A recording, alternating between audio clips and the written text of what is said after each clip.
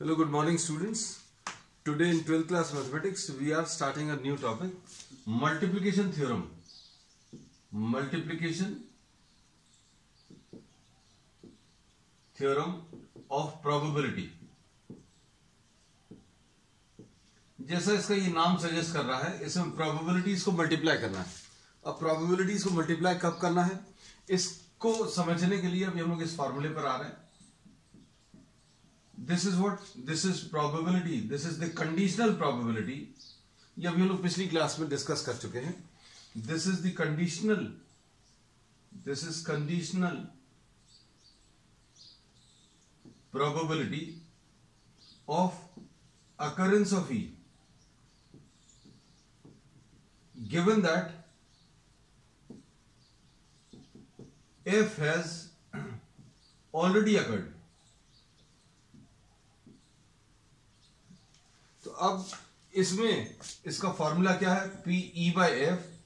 This is equal to probability of E intersection F upon probability of F. ऐसा लिख सकते हैं. अब इसमें ये E इंटरसेक्शन F क्या है? E intersection F, this is simultaneous occurrence of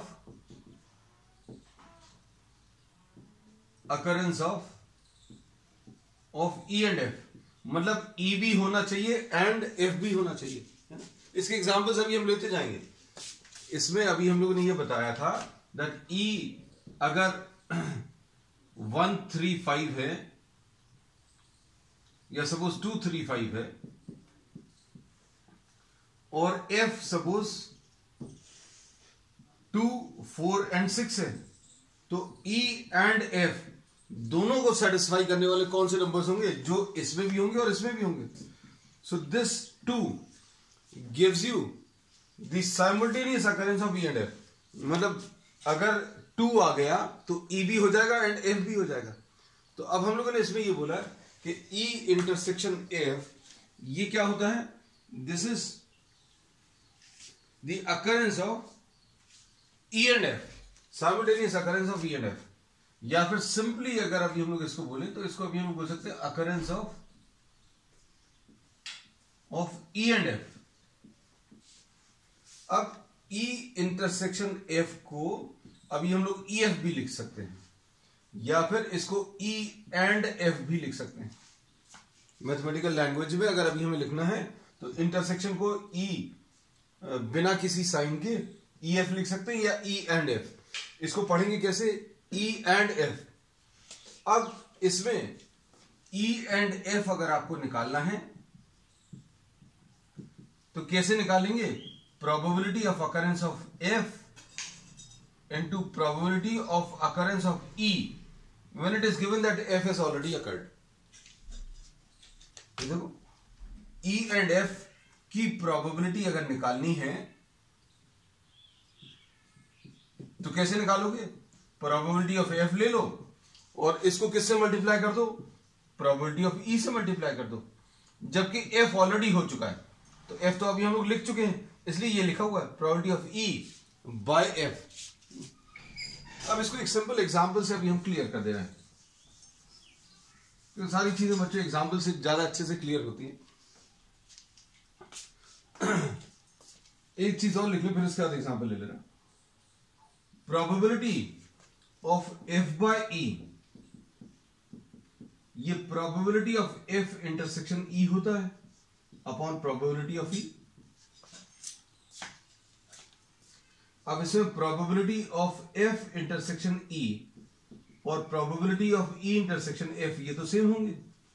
तो प्रोबेबिलिटी ऑफ EF बोले या प्रोबेबिलिटी ऑफ FE बोले तो ये कितना आ जाएगा? देखो इसमें probability of E into probability of F given that E has occurred. E और F दोनों के अकरेंस की प्रोबेबिलिटी अगर निकालनी है तो दोनों की प्रोबेबिलिटीज मल्टीप्लाई करनी है.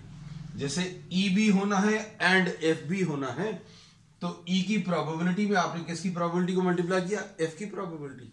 लेकिन ये कंडीशन लगी हुई है कि E ऑलरेडी हो चुका है और ये लिखा भी हुआ है कि भाई प्रोबेबिलिटी ऑफ ई मतलब ई हो चुका इनटू प्रोबेबिलिटी ऑफ एफ। तो अगर आपको probability of E and F निकालना है तो probability of E into probability of F दोनों को मल्टीप्लाई करना। यहां पर भी यही लिखा है, प्रोबेबिलिटी ऑफ एफ पहले लिख लिया, मतलब एफ हो गया है, उसको किससे मल्टीप्लाई किया, ई की प्रोबेबिलिटी से मल्टीप्लाई किया। अब इसमें एक एग्जांपल से ये चीज अभी हम आपको क्लियर कर देंगे।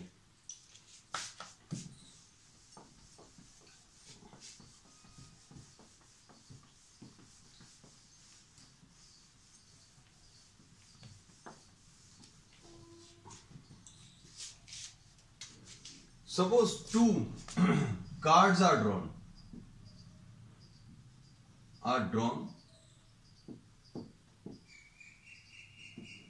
from a pack of cards, 52 cards.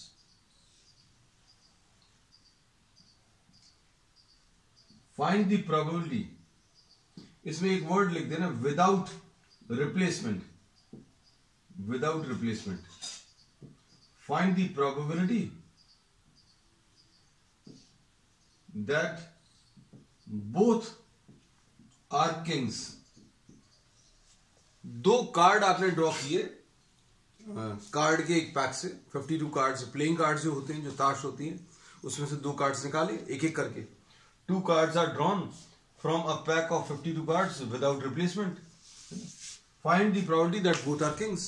दोनों के किंग होने की प्रोबेबिलिटी आपको बतानी है। अब इसमें कैसे बोलेंगे, E is king, first card, पहला कार्ड जो है किंग निकला। F क्या है, second card also a king, second card is also king. अब इसमें क्या करना है आपको, ई भी चाहिए एंड एफ भी चाहिए, मतलब पहला कार्ड किंग होना चाहिए और दूसरा कार्ड भी किंग होना चाहिए। भाई पहला कार्ड अगर आप निकालोगे उसके किंग आने की प्रोबेबिलिटी कितनी आ जाएगी, 4/52। पहला कार्ड आपने ड्रॉ किया, उसको देखा वो किंग है, उसकी प्रोबेबिलिटी कितनी है, 4/52। अब उस कार्ड को निकाल के आपने साइड में रख दिया। अब जो पैक ऑफ कार्ड्स बचा था उसमें कितने कार्ड्स बचे, देयर आर 51 कार्ड्स। क्यों, क्योंकि जो आपने एक कार्ड निकाला, देखा, उसको साइड में रख दिया विदाउट रिप्लेसमेंट। ये बोला अभी हम लोग विदाउट रिप्लेसमेंट। अब दूसरा कार्ड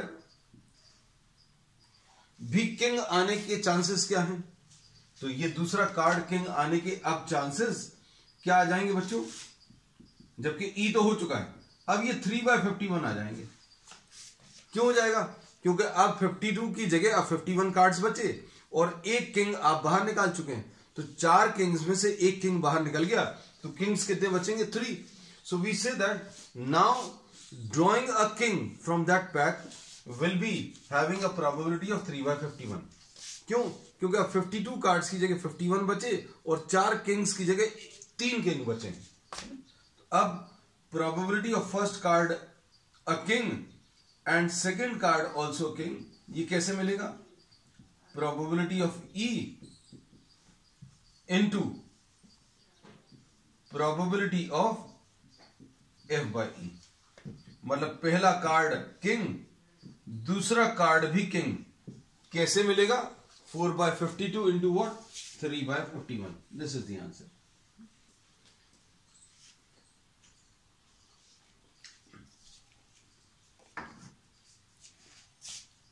अब 2 की जगह अगर 3 इवेंट्स होते, सपोज 2 की जगह अगर 3 इवेंट्स होते, 3 किंग्स निकालने हैं।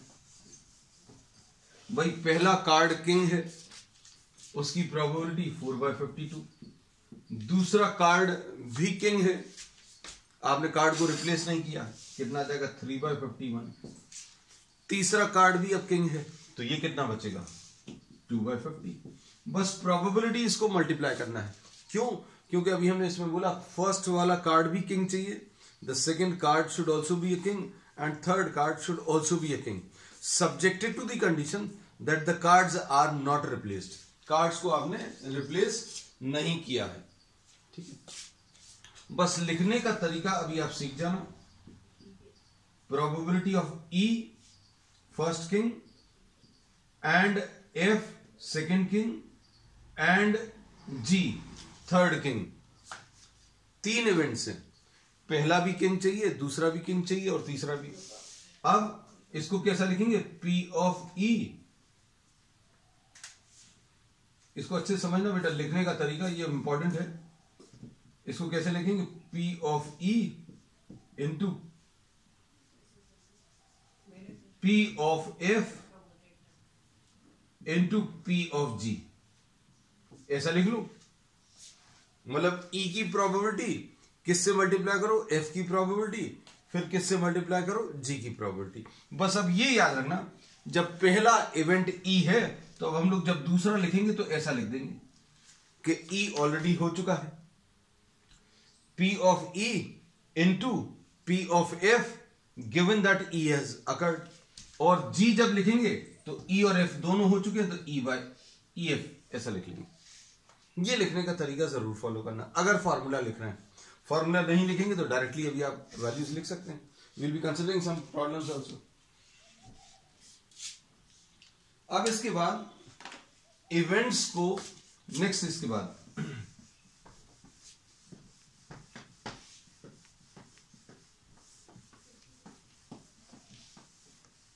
नेक्स्ट इसके बाद है independent events.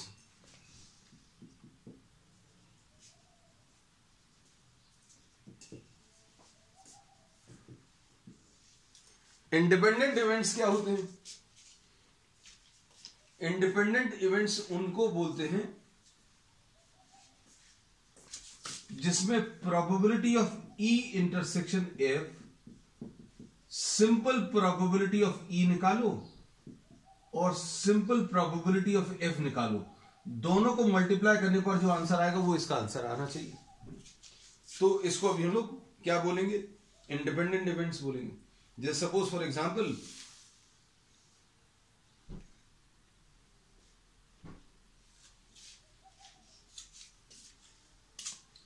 Suppose E is getting a spade, E जो है एक इवेंट है which is getting a spade. फिर इसके बाद नेक्स्ट इसमें F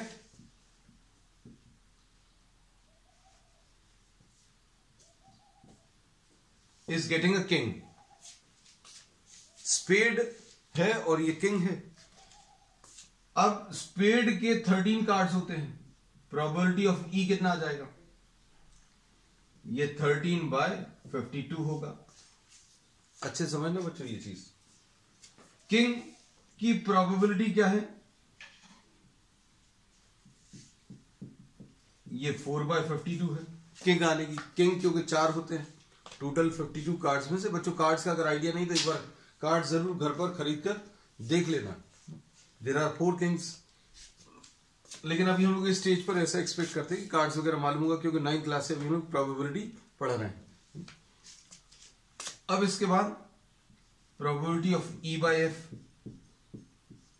is probability of E intersection F upon probability of F, ऐसा कुछ आएगा।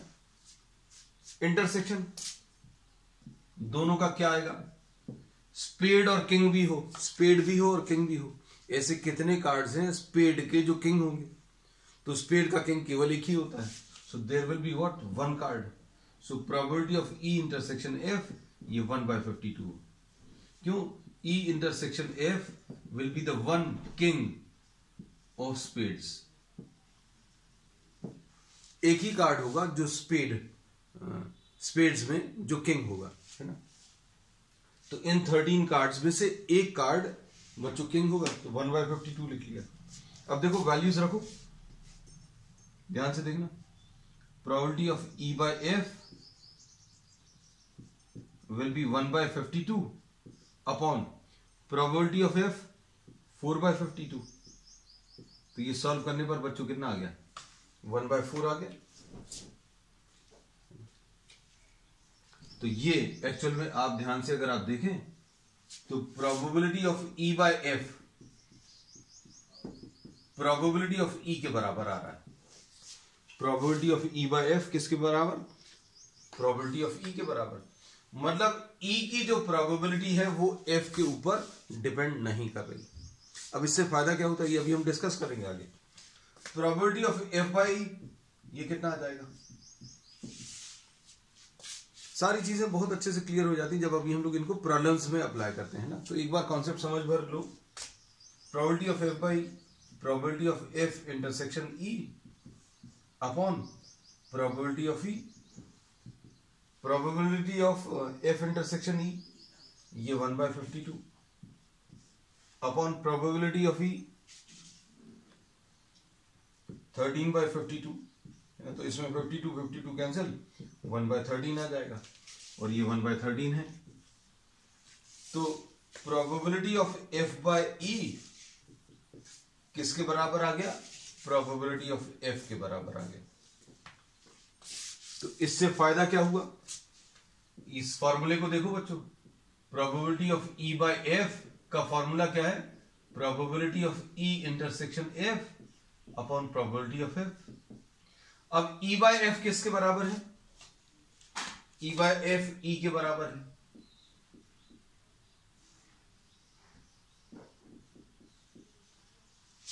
इन दोनों को मल्टीप्लाई कर दो, ये रिजल्ट आ जाएगा। तो अब इसमें अभी हम लोग ये बोलते हैं कि इवेंट्स को इंडिपेंडेंट कब बोलते हैं?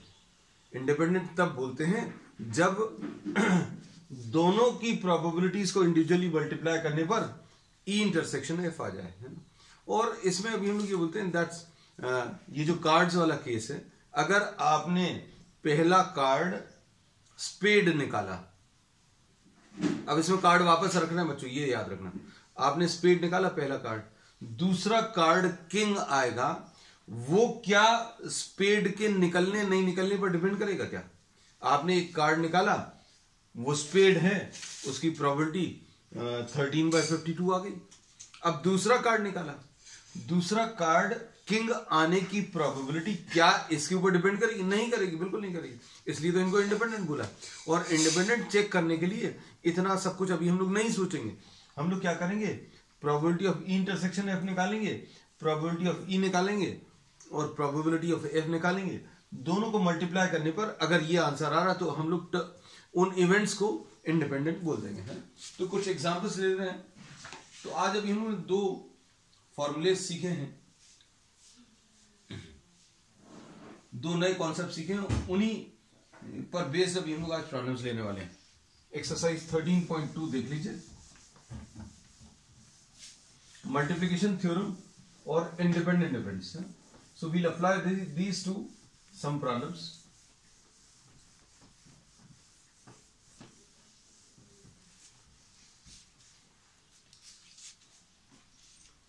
एक्सरसाइज 13.2 में first problem,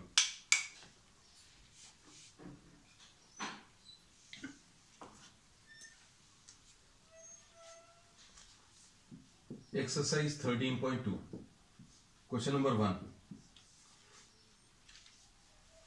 if PA is equal to 3/5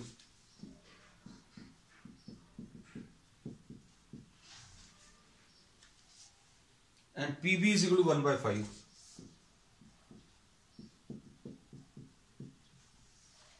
और क्या दिया है? Find PA intersection B।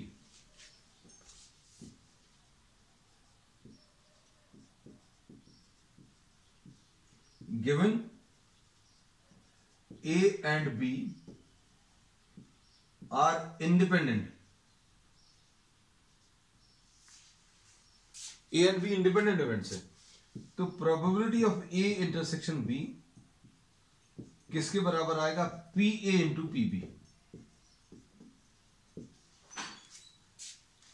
अब इसको PA की वैल्यू कितनी है? 3/5। अगर इवेंट्स इंडिपेंडेंट हैं तो A इंटरसेक्शन B निकालने का सिंपल सा तरीका है PA और PB को मल्टीप्लाई कर लो। 3/5 इंटू 1/5, आंसर 3/25 आ जाएगा। So this is question number 1। ये बच्चों अभी हम लोग कई जगह करते भी आए हैं, जैसे सपोज टॉसिंग ऑफ 2 कॉइन्स है, ऑफ 2 कॉइन्स, तो प्रोबेबिलिटी कैसी मिलेगी? Head head, sorry sample space क्या आएगा? H H, H T, T H और टी टी, ऐसा कुछ मिलता है सैंपल स्पेस। अब both heads, probability of getting both heads,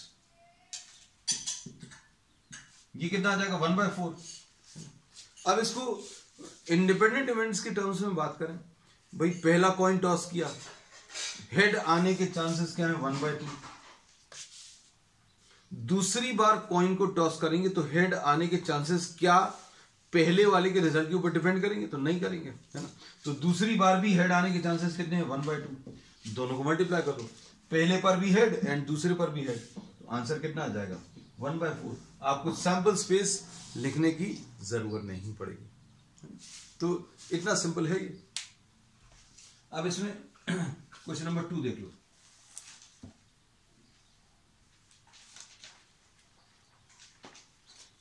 Two cards are drawn at random.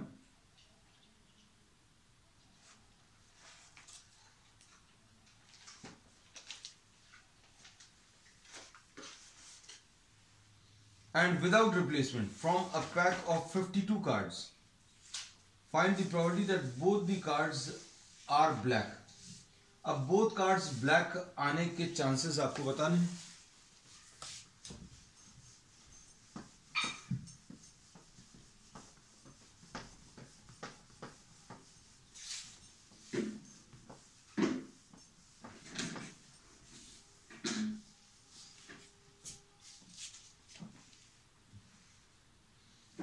Black colour आने के चांसेस क्या आ जाएंगे बच्चों?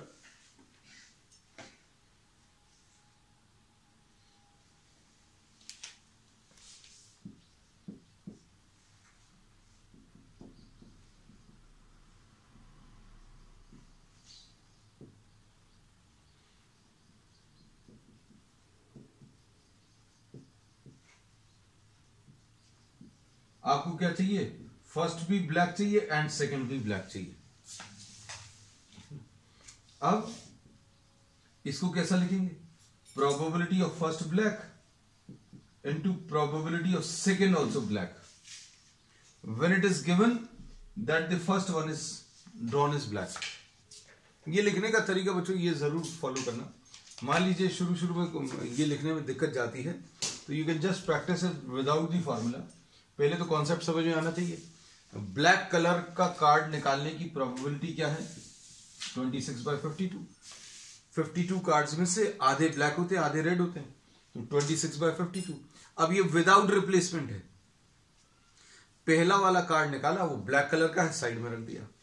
अब दूसरा वाला ब्लैक निकालने की प्रोबेबिलिटी कितनी आ जाएगी? 25/51। 25/51 क्यों?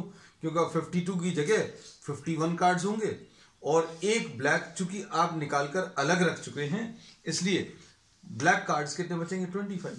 तो आंसर ये आ जाएगा। लेकिन लिखने का तरीका probability of E into probability of F given that the first one is already black. आपको मल्टीप्लाई किस किस को करना है?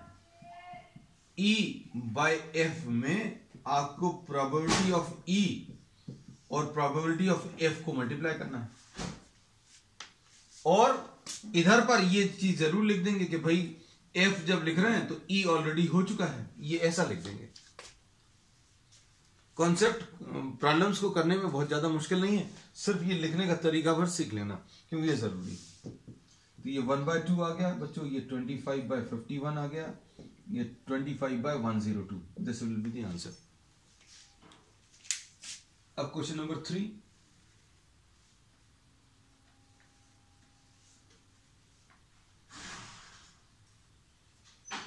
A box of oranges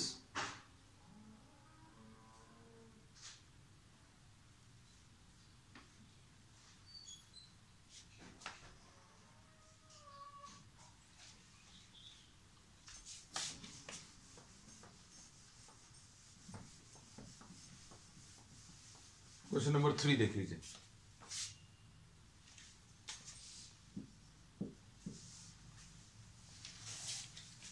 A box of oranges is inspected by examining 3 randomly selected oranges drawn without replacement. भाई without replacement, ये चीज समझने की जरूरत है कि विदाउट रिप्लेसमेंट है मतलब एक जब आप निकाल कर देखोगे, इंस्पेक्ट करोगे, उसको फिर बाहर रख दोगे, तो अब अगले की प्रोबेबिलिटी जो है पहले वाले के ऊपर डिपेंड करने वाली है ना। तो इसमें लिखने का तरीका वही लेंगे जो अभी हमने सिखाया था, ये इंडिपेंडेंट इवेंट्स नहीं। If all the 3 oranges are good, the box is approved for sale. Otherwise, it is rejected. Find the probability that a box containing 15 oranges out of 12 are good. 12 are good and 3 are bad. नहीं या not good, कैसा लिख लो। अब कैसा बोलेंगे? अगर ये box select किया, इसमें से एक ऑरेंज निकाला, अच्छा निकला, फिर दूसरा वाला निकाला, वो भी अच्छा निकला, उसको भी साइड में रख दिया, तो आप क्या कर रहे हो? You are observing the orange and putting it aside, है ना, you are not replacing it. तो अब इसमें क्या बोलेंगे? The first one good and the second one good and the third one good, ये चाहिए। तो कैसा लिखेंगे? इसको लिखेंगे प्रोबेबिलिटी ऑफ G1 पहला वाला गुड, प्रोबेबिलिटी ऑफ G2 दूसरा वाला गुड, एंड तीसरा भी गुड अगर होगा तो हम लोग इस बॉक्स को अप्रूव कर देंगे कि हाँ भाई ये बॉक्स अच्छा है। अब लिखते समय देखो, ध्यान से देखना, पहला गुड आने के चांसेस क्या आ जाएंगे? 12/15। पहला वाला जो ऑरेंज है उसका अच्छा निकलने के चांसेस क्या आ जाएंगे? 12। तो गुड ऑरेंजेस हैं और 12 + 3 टोटल 15 है। अब इसको गुड जो ऑरेंज है उसको निकालकर साइड में रख दिया। अब उसके बाद अगला वाला गुड आने के चांसेस क्या आ जाएंगे? 11/14। क्यों? क्योंकि अब टोटल ऑरेंजेस 14 बचेंगे और गुड ऑरेंजेस 11 बचेंगे। तो अब इसको लिखने के लिए ये G1 लिखा है, ये G2 लिखा है, तो अब हम लोग इसको क्या करेंगे? G2/G1 लिख देंगे कि भाई सेकंड वाला गुड आने के chances when it is given that G1 is good, मतलब पहला वाला आप गुड निकाल चुके हो, तो G1 × G2 × G3 करना है, और G1 हो चुका है इसलिए इधर लिख दिया। अब जब G3 का निकालेंगे आंसर, तीसरा वाला गुड ऑरेंज अगर चाहिए है तो इसकी प्रोबेबिलिटी कितनी आ जाएगी? 11/13, ये आंसर आ जाएगा। 12/15 पहला वाला, फिर एक निकल चुका है तो यहां पर 11 बचेंगे, 11 गुड 3 बैड, फिर इसमें से भी एक निकल चुका है गुड, तो 10 आएगा, 10 और 3 बैड। तो पहले प्रोबेबिलिटी कितनी आ जाएगी? 12/15, फिर 11/14 और 10/13। और लिखने का तरीका G1 है, G2 है, ये G1 × G2 × G3 लिखा, तो G1 तो ऐसे ही लिख दिया, G2/G1 लिखेंगे कि G1 ऑलरेडी हो चुका है, G3 जब लिखेंगे तो G1 G2 ऐसा लिख देंगे। This is how we will be writing down the answers, है ना। अब इसको सॉल्व करके थोड़ा सा सिंप्लीफाई करके आंसर बताना है। 3 4s are 3 5s are 5 2s are 2 7s are। अब क्या बचेगा आंसर इसमें? ये 44/91 विल बी द आंसर।